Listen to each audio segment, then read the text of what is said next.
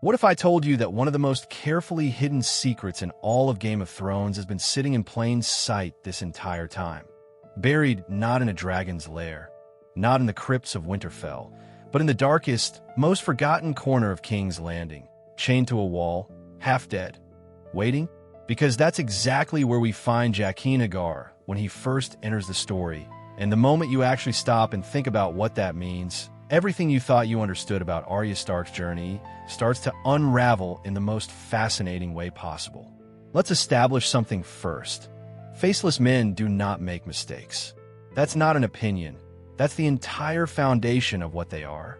These are individuals who have spent their entire lives being trained to dissolve into any crowd, to wear any face, to walk through the most heavily guarded places in the known world and leave without a single person ever knowing they were there.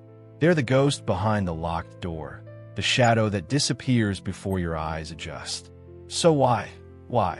Is Jaqen H'ghar sitting in the black cells beneath the red keep like a common thief who got caught snatching bread? That question alone should make the hair on the back of your neck stand up, because the answer leads somewhere much darker than most people are willing to go. The black cells aren't just any prison. The show goes out of its way to make sure we understand that. These aren't comfortable stone rooms where men sit and wait. These are psychological tombs. No light, no warmth, no sound except your own breathing and whatever your mind decides to conjure in the darkness. When Ned Stark is thrown down there, one of the most hardened, honorable men in Westeros, we watch him begin to fracture. When Tyrion Lannister ends up imprisoned later, Varys, a man who rarely shows genuine concern for anyone, pulls him aside and warns him with unmistakable seriousness that people don't come out of the black cells the same. They stop sleeping. They stop healing. The darkness does something to them that sword wounds and broken bones never could. And yet, when Arya sees Jaqen again on the road heading north, he looks like he just stepped out of a warm bath. He's calm. He's composed. His eyes are clear. His posture is relaxed. He speaks with the same measured, almost musical precision that he'll carry through every scene he's ever in. That man did not spend months in the black cells, which means his time there was short. And if his time there was short, his presence there was planned, because nothing about a faceless man is accidental. So now we have to ask the real question. Why would the most elite assassin in the known world voluntarily allow himself to be chained in the worst prison in Westeros? And the answer, when you follow it all the way to its conclusion, is genuinely chilling. Think about what the black cells actually offer to someone who needs to disappear. Men pulled from those cells aren't given exit interviews. Nobody checks their papers. Nobody asks for their name or their history or who they were before the chains. When Yoren comes to collect bodies for the Night's Watch, because that's essentially what he's doing, taking broken men and giving them a sword and a purpose.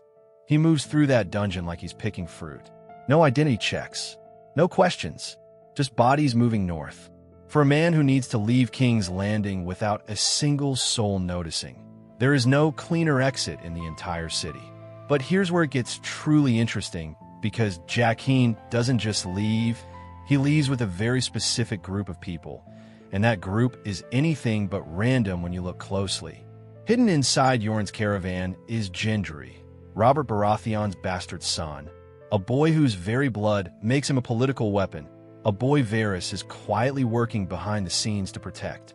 And then, at the very last second, Arya Stark tumbles into that same group, disguised as a boy, smuggled out of King's Landing in the chaos following her father's arrest. But here's the thing that changes everything. That caravan wasn't built for Gendry, and it wasn't built for Arya. It was built for Ned Stark. In the show, Ned's execution is never part of anyone's plan.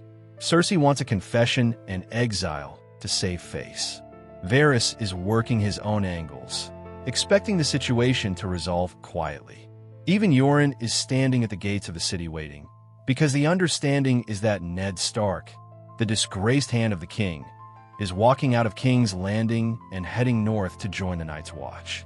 That was the plan. And now imagine a faceless man embedded inside that caravan. No court, no witnesses, no trial, no political fallout. If Ned Stark dies on the road to the wall, It gets chalked up to exhaustion, or a harsh winter, or bandits, or any of a dozen things that kill men traveling through the wilderness. Clean, quiet, no one to blame, no scandal for anyone to point at. That is exactly the kind of death a faceless man is hired to arrange. And if Ned Stark was Jaqen's original target, then everything that follows makes a disturbing amount of sense. Because the moment Joffrey makes his impulsive, catastrophic decision to execute Ned Stark publicly in front of half of King's Landing, Jaqen's mission evaporates. The target is gone. The contract is void. You can actually see it when you rewatch the story with this lens. After Ned's death, Jaqen doesn't act. He doesn't move against Gendry. He doesn't move against Arya. He doesn't quietly eliminate anyone from the caravan who might be a loose end. He simply exists, riding north, waiting. It's only when Arya saves his life during the chaos of the fire at Harrenhal that something shifts. And even then, what shifts isn't a new mission, it's a personal debt. 3 lives, he tells her. 3 names, and a man will do what must be done. That's not the behavior of an assassin still locked onto a target. That's the behavior of a professional whose purpose has dissolved, and who is now operating outside the structure of his original assignment. Which opens up the most compelling question of all, the one that the show plants like a seed and never quite lets grow in the open. Was Arya Stark always part of this? Because you cannot talk about Jaqen without talking about Syrio Forel, and you cannot talk about Syrio Forel without your brain starting to connect threads that the show dangles right in front of your face. Syrio is the first sword of Braavos. He trains Arya not in the crashing, brutish way of Westerosi combat, but in something far more precise. Awareness, stillness, misdirection, the ability to read a room before anyone in that room knows they're being read. He strips away her fear. He teaches her that hesitation is the real enemy. And then he says something to her that has no business existing in the theology of Westeros, something that sounds like it was pulled directly from the liturgy of the House of Black and White. There is only one God, and his name is death. That philosophy doesn't grow in the soil of the Seven Kingdoms. It grows in Braavos, in the temple of the many-faced God, in the halls where faceless men learn to see death not as an ending, but as a gift. And then Syrio disappears. Not dies, disappears. The camera cuts away. No body, no confirmation, just absence, and a door left deliberately open by George R. R. Martin in the books as well, because he never closes it either. Now, put Syrio and Jaqen side by side. Both Braavosi. Both speak with that same deliberate, almost poetic cadence, like every word is chosen with the care of someone who knows the weight that language carries. Both treat Arya not with the softness of someone protecting a child, but with the precision of someone shaping one. Both see something in her before she can see it in herself.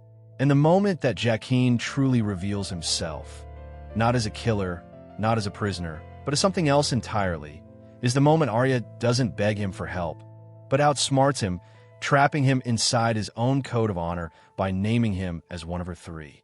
He could be furious. He could be cold. Instead, he smiles.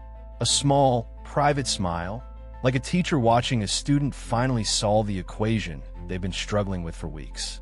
That is not the reaction of a hired sword who's been inconvenienced. That is the reaction of someone who is exactly where they intended to be, watching exactly what they hope to see.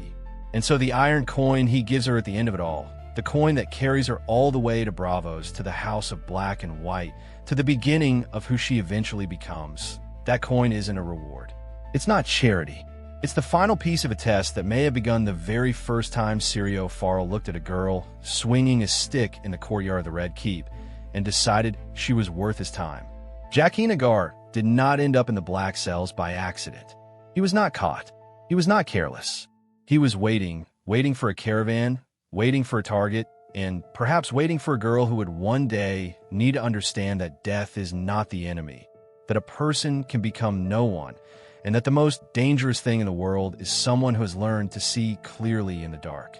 Whether Syrio and Jaqen are the same man, whether the Faceless Men had Arya in their sights from the beginning, whether this was all one long, patient recruitment from the moment she first picked up a sword, none of those questions have clean answers, and maybe that's exactly the point. Because the House of Black and White doesn't deal in clean answers. It deals in shadows and patience, and the quiet certainty that some people are always exactly where they were meant to be, even when they're in chains.